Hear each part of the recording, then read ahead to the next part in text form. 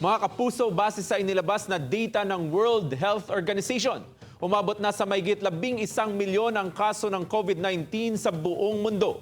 Mahigit kalahating milyon na ang namatay. Pumapang-apat ang mga bansa sa Southeast Asia, kabilang na dyan ang Pilipinas, sa may pinakamaraming nahawa sa COVID-19.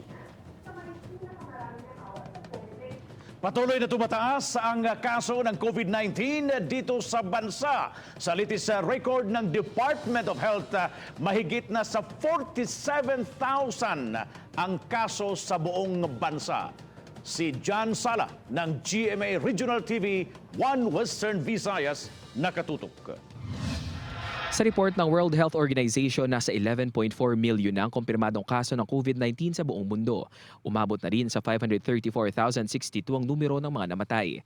Umabot naman sa mahigit 900,000 ang kabuang kaso ng COVID-19 sa mga bansa sa Southeast Asia.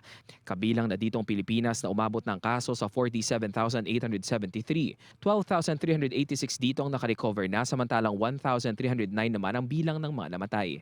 Ang buong Visayas ay nakarecord na ng 11,491 ang mga kumpirmadong kaso. 4,198 ang mga nakarecover na, habang 422 naman ang mga namatay.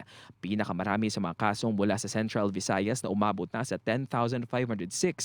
Nakapagtala rin ng Region 7 ng 3,570 recoveries at 408 deaths. Umabot naman sa 590 ang kaso sa buong Eastern Visayas.